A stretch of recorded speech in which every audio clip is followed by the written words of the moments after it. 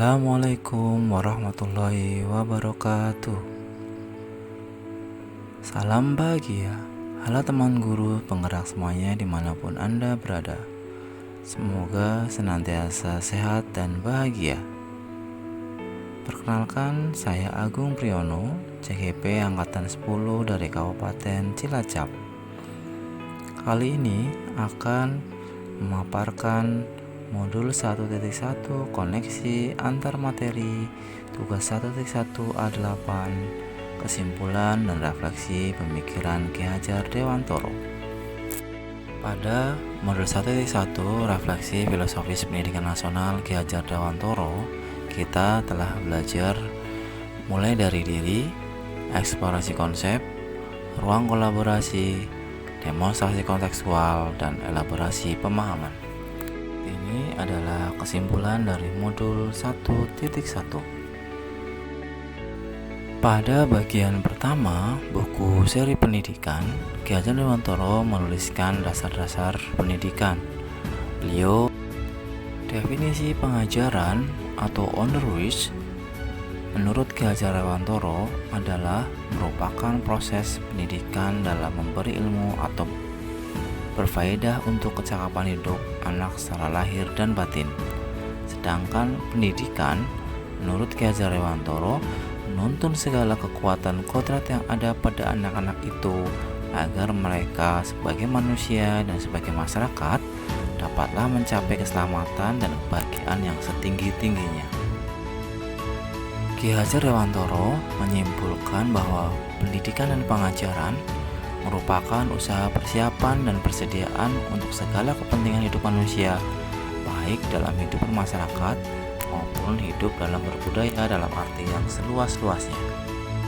Sebagai pendidik, kita harus memahami bahwa anak-anak bukanlah tabula rasa atau kertas kosong, melainkan mereka lahir dengan kekuatan kodrat yang masih samar-samar.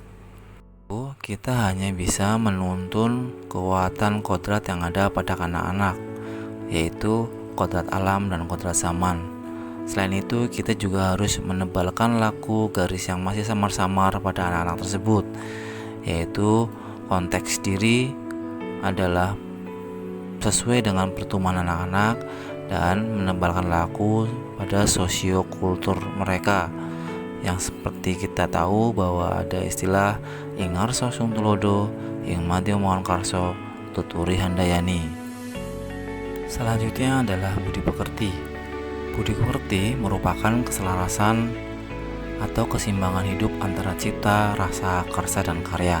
Budi pekerti melatih anak untuk memiliki kesadaran diri yang utuh untuk menjadi dirinya, kemerdekaan diri, dan kemerdekaan orang lain.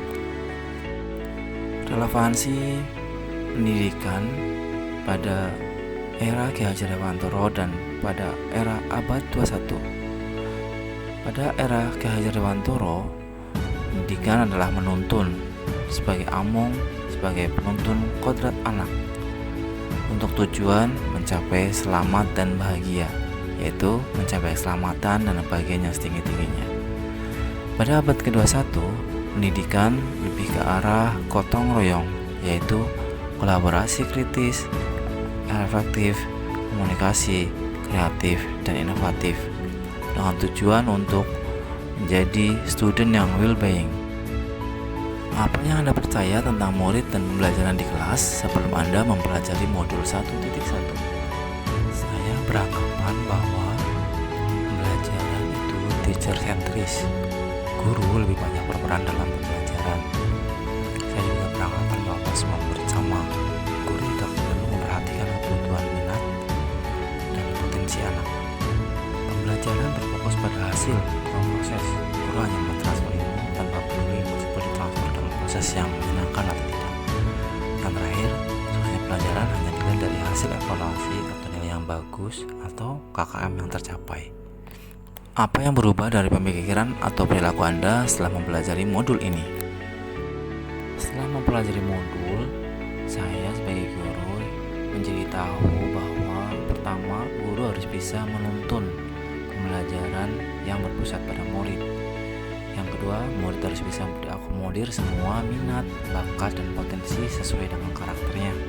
Yang ketiga, proses pembelajaran ternyata sangat penting dilaksanakan dengan proses yang menyenangkan sesuai dengan perkembangan zaman. Yang keempat, budi pekerti atau karakter harus diutamakan. Yang terakhir, guru adalah contoh terbaik di lingkungan sekolah. Guru harus bisa mendorong dan memberikan motivasi secara berkelanjutan. Apa yang dapat segera Anda terapkan lebih baik agar kelas Anda mencerminkan pemikiran KHD? Tentunya saya ingin segera melaksanakan penilaian awal agar pembelajaran dilaksanakan sesuai kebutuhan dan karakteristik murid.